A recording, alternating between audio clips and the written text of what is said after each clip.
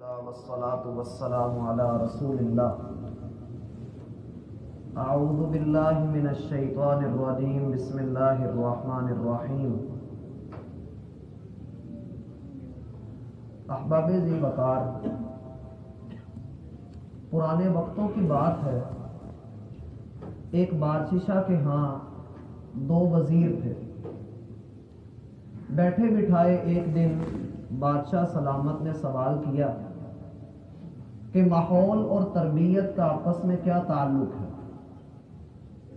ایک وزیر گویا ہوا کہ بادشاہ سلامت، تربیت جتنی زیادہ نکھاریں گے اتنا ہی زیادہ اس کا پھل پائیں گے۔ آپ اپنی تربیت کے اوپر کڑی نگاہ رکھیے، اصول کے مطابق تربیت کر دیجئے۔ دنیا کا کوئی بھی جاندار پکڑ لیجئے، آپ اس کی تربیت کر دیں، ماحول بگڑے سے بگڑا بھی آ جائے تو اس تربیت پر اثر انداز نہیں ہوگا۔ دوسرا وزیر کہنے لگا، بادشاہ سلامت، میں اپنے بھائی کی بات سے اختلاف رکھتا ہوں، تربیت کتنی بھی پکی اور نکھری ہوئی کیوں نہ ہو، ماحول اس کی کمر توڑ ہی دیتا ہے۔ بادشاہ کہنے لگا، تمہاری بات میری سمجھ سے بالا تر ہے، تم دونوں کے پاس 7 دن کا ٹائم ہے، اپنی اپنی بات کا عملی نمونہ پیش کرو۔ جو اپنی بات کا صحیح طور پہ عملی نمونہ پیش کرے گا وہ تو ہمارا مقرب اور ہمارا مصاحب بنے گا، اور جو اپنی بات پیش نہ کر سکا، دلیل نہ دے سکا، تو ہم اس کی گردن اتروا دیں گے۔ بات دربار کے اندر مشہور ہو گئی اور پورے ملک کے اندر اعلان بھی ہو گیا کہ یہ چیلنج ہوا ہے۔ دونوں وزیر اپنے اپنے گھر گئے۔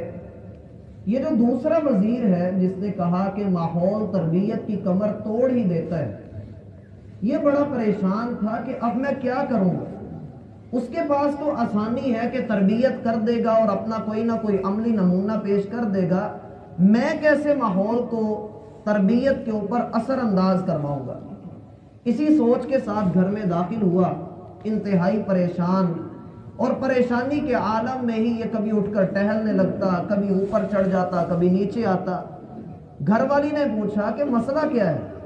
اس نے ساری بات اس کو بھی بتائی، وہ اللہ کی بندی بھی پریشان ہوئی۔ کرتے کرتے بات مختصر کرتے ہیں، 6 دن کا ٹائم گزر گیا اور اس بندے کو ابھی تک سمجھ نہ آیا کہ میں نے کیا کرنا ہے، میں ماحول کو تربیت کے اوپر کیسے اثر انداز کرواؤں گا۔ اس نے بڑی عقل کے گھوڑے دوڑائے، بڑا کچھ کرنے کی کوشش کی، لوگوں سے مشورے کیے، لیکن کہیں سے کوئی صحیح جواب نہ اس کو مل سکا۔ 6واں دن تھا کہ ایک دوست نے کہا کہ بھائی جہاں اتنے دروں کو کھٹکھٹایا ہے، کچھ ایسا کرو کہ دور جنگل میں ایک بابا جی بیٹھتے ہیں، وہاں پر چلے جاؤ، ہو سکتا ہے وہی تمہارا مسئلہ حل کر دیں۔ اندھے کو کیا چاہیے؟ 2 آنکھیں۔ اس نے گھوڑا پکڑا اور بھاگا بابا جی کے پاس۔ جا کر بابا کے سامنے ساری بات اپنی رکھی۔ بابا جی کہنے لگے، تم واپس چلے جاؤ، کل دربار میں فتح تمہاری ہوگی۔ یہ آگے سے کہنے لگا، بابا جی کوئی تعویذ، کوئی چلا، کوئی چانٹا، کوئی گلے میں پہننے کے لیے، ڈولے پہ باندھنے کے لیے کچھ تو دے۔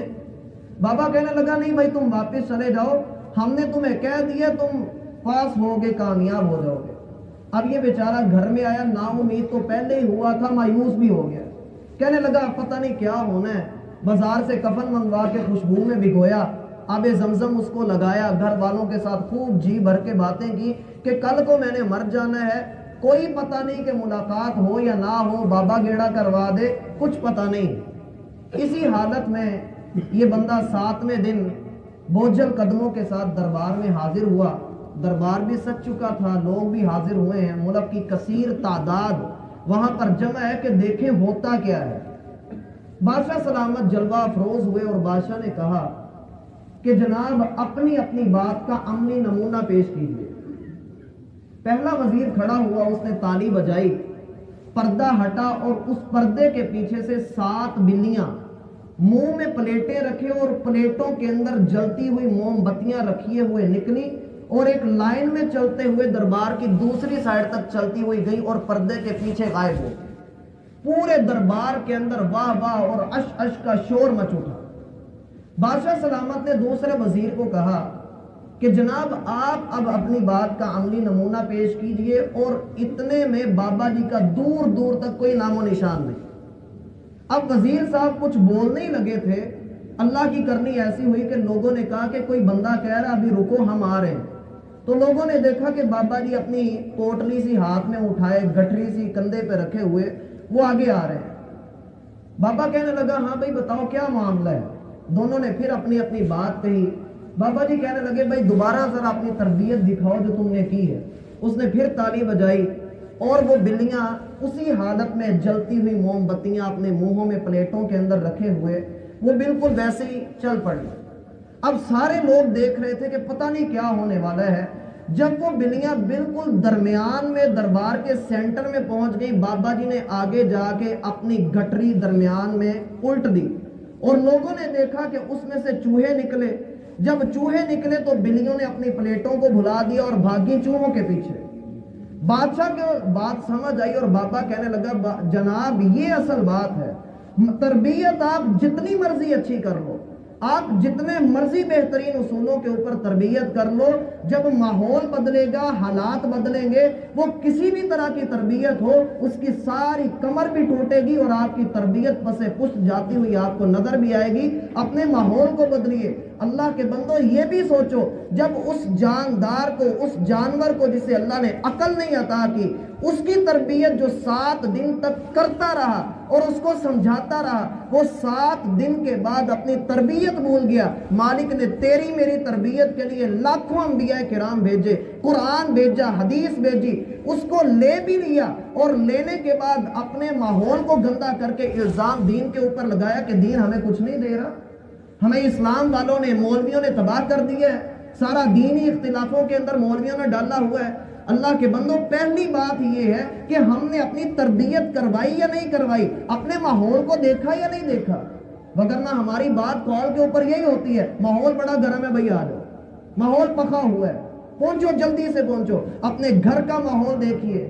کوئی وقت ایسا ہوا کرتا تھا جب ٹی وی پر چلنے والے کمرشل یا ٹی وی پر چلنے والے ڈراموں کے بعض سین ہم ماؤں بہنوں کے ساتھ بیٹھ کر جب دیکھتے تھے تو شرم سے اپنا سر جھک جاتا تھا کہ یہ کیسا سین دکھایا جا رہا ہے۔ لیکن آج وہی ٹی وی ہے، وہ LCD میں بدلا اور وہی ماں بہن ساتھ بیٹھی ہوئی ہوتی ہے، وہی جوان، اس کا گرم خون، اس کی غیرت، اس کے جذبے کی گواہی زمانہ دیتا نظر آتا ہے۔ لیکن اللہ کی قسم اس کے اندر نہاتے ہوئے وہ خواتین کا دکھایا جانا، لیٹتے ہوئے اشتہارات دینا اور ان کے ساتھ بیٹھ کر وہ دیکھنا، اس وقت غیرت کہاں جاتی ہے؟ اور پھر لوگ کہتے ہیں برکت نہیں۔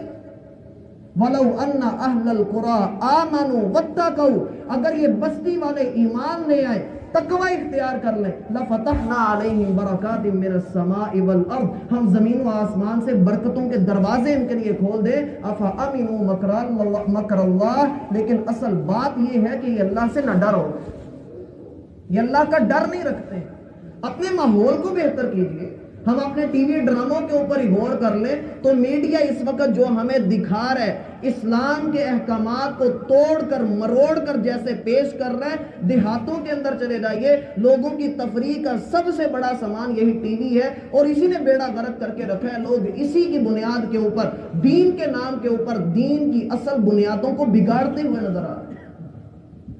اس میں موسیقی لے لیجئے، اس میں آپ طلاق کے مسائل لے لیں، وراثت کے مسائل لے لیں، عدت کے مسائل لے لیں۔ اللہ کی قسم ہر دین کے ایک بنیادی حکم کو، معاشرتی احکامات کو جس طرح سے یہ میڈیا بگاڑ کر پیش کر رہا ہے، اپنے ماحول کو، ہم اپنے ماحول کا حصہ ہیں۔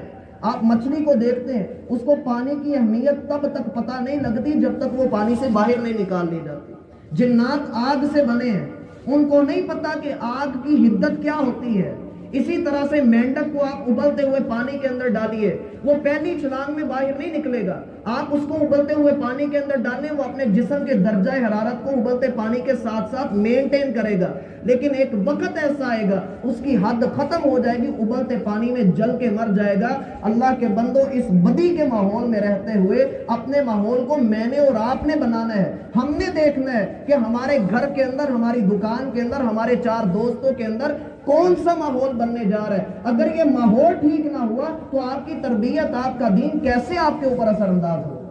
اور پھر رسول اللہ صلی اللہ علیہ وسلم کا بیان کیا ہوا وہ واقعہ کہ بنی اسرائیل کا وہ شخص جس نے 99 قتل کیے ہیں، وہ ایک شخص کے پاس گیا کہ میری توبہ قبول ہو سکتی ہے یا نہیں؟ کہا نہیں ہونی۔ کہا پھر تم کیوں زندہ اسے بھی قتل کر کے 100 پورے کیے؟ پھر ایک عالم کے پاس گیا، اس کو بھی یہی بات پوچھی، اس نے جواب میں کیا کہا تھا کہ یہ جگہ چھوڑ کر چلے جاؤ، یہ بدی کا ماحول ہے، اچھے ماحول میں جاؤ، یہاں پر رہ کر نیکی نہیں کر سکو گے، یہاں لوگ تانے ماریں گے، ایمان اپ ڈاؤن ہوتا رہے گا، اپنے لیول کو اوپر کرنا ہے تو یہاں سے نکل جاؤ۔ اس نے ماحول کو بدلنے کے لیے قدم بڑھائے تھے، موت کا فرشتہ آیا، اللہ نے جنت اس کے نام لکھی یا نہیں لکھی؟ بات اصل میں یہ ہے کہ ہم اپنے ماحول کو دیکھیں، اپنے آپ کو دیکھیں کہ میں کس ماحول میں پرورش پا رہا ہوں۔ جب آپ کا ماحول ٹھیک ہے، اللہ کی قسم آپ نماز والے ماحول میں ہیں، آپ مسجد میں ہیں، اپنے ایمان کا لیول آپ بڑا ہوا دیکھتے ہیں، آپ درس سنیں آپ کا ایمان اوپر چلا جاتا ہے، آپ باہر نکلتے ہیں زبان سے گالی بھی نکل آتی ہے، جھوٹ بھی نکل آتا ہے،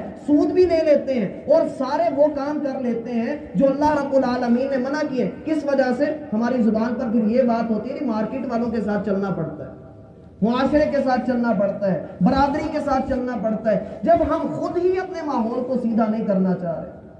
اور پھر بات کیا آ جاتی ہے، میں اکیلا کیا کروں؟ آپ اکیلے اپنے آپ کو ٹھیک کر لو، باقیوں کا بیڑا آپ کے ذمہ کے اوپر نہیں ہے۔ اللہ نے آپ اکیلے کو حکم دیا ہے، آپ نے اپنی قبر کے اندر جانا ہے، ہم سب نے اپنی اپنی جگہ پر اپنا اپنا حساب دینا ہے، ہم نے کسی تیسرے بندے کا حساب نہیں دینا، ہم نے کسی اور کی جگہ پر کھڑے ہو کے اللہ سے بات نہیں کرنی، ہم سے ہمارے متعلق بات کی جائے گی۔ اس لیے اللہ کے لیے اپنے ماحول کو اچھا کیجیے، اپنے ماحول کو بہتر کیجیے، اپنے ماحول کے اندر تقویٰ لے کر آئیے، اپنی خلوت میں، اپنی جلوت میں، اپنے گھر میں، دکان میں، تجارت میں، معاملات میں، عبادات میں، معاشرت میں، تہذیب میں، تمدن میں، زندگی کی ہر چیز کے اندر جب آپ اپنے ماحول کو بنانا سیکھ لیں گے کہ میں نے اس ماحول میں نیکی کے ماحول کو ترویج دینی ہے، میں نے اس ماحول میں نیکی کی اشاعت کرنی ہے، اللہ کی قسم آپ ایک اکیلے بھی ہو، مکہ کی بستی ہو، عبداللہ کا بیٹا محمد ہو، اکیلے صفا کے اوپر چڑھے تھے اور اس وقت اکیلے نے لا الہ الا اللہ کی پکار کہی تھی، لوگوں نے تانے بھی دیے تھے، سگے چچے نے گستاخی بھی کی تھی، گالیاں بھی دی گئی تھی، 13 سال تک مکہ کی گلیوں میں گھسیٹا بھی گیا تھا، طائف میں پتھر بھی مارے گئے تھے، ماحول کو بدلنے کے لیے مدینہ میں گئے، وہاں منافقوں نے اور یہودیوں نے تنگ کر کے رکھ دیا، لیکن 23 سال کا وہ عرصہ مکہ اور مدینہ کا ماحول وہ بنا کر گئے کہ آج بھی وہاں پر امن ہے، سکون ہے، نیکی ہے۔ اصل بات ہی ماحول کی ہے۔ اور پھر لوگ کہتے ہیں کہ جی ہم باہر کمانے کے لیے جا رہے ہیں، باہر جب کمانے کے لیے جاتے ہیں، رزق کا ذمہ تو اللہ نے لے رکھا ہے، باہر بدی کے ماحول میں رہنا اور پھر یہ کہنا کہ میں گناہوں سے بچا بھی ہوں، میری سمجھ میں یہ بات نہیں آتی۔ کیسے ممکن ہے کہ ایک بندہ اس کی آنکھوں کے سامنے آپ لیموں کاٹیں اور اس کے منہ میں پانی نہ آئے؟ فطرتی بات ہے، منہ میں پانی آتا ہی آتا ہے، کھٹی چیز کسی کے سامنے بھی رکھیں منہ میں پانی آتا ہی آتا ہے، اللہ نے فطرت ایسی رکھی ہے۔ جب وہاں پر بدی کے ماحول کو دیکھو گے، جب راہ پر چلتے ہوئے کتوں اور گدوں کی طرح زنا کرتے ہوئے دیکھو گے تو اپنے ایمان کو کیسے بچاؤ گے؟ وہ ماحول ہی بدی کا ہے، اپنے ماحول کو بچائیے۔ اللہ رب العالمین نے کیوں حکم دیا کہ مکہ چھوڑیے، اب آپ کی تعداد بڑھ رہی ہے، مدینہ میں جا کر اپنا آپ ماحول بنائیے، وہاں پر جا کر پھر مسجد بنائی گئی، اس مسجد کے اندر تربیتی صفحہ قائم کیا گیا، وہاں پر بیٹھ کر پھر اسلامی دستوں نے تربیت سیکھی اور پھر پوری دنیا کو یورپ کے دروازوں تک جا کے دستک دے کر سکھایا کہ اصل تربیت ماحول یہ دونوں آپس میں لازمی جز ہیں، جب تک یہ نہیں ہوں گے تب تک ہم لوگ دین کے اوپر صحیح نہیں چل سکتے۔ اللہ کے لیے اپنے آپ کو سیدھا کیجیے، اللہ ہمیں سمجھنے کی توفیق عطا فرمائے۔ وما توفیق الا باللہ والصلاۃ والسلام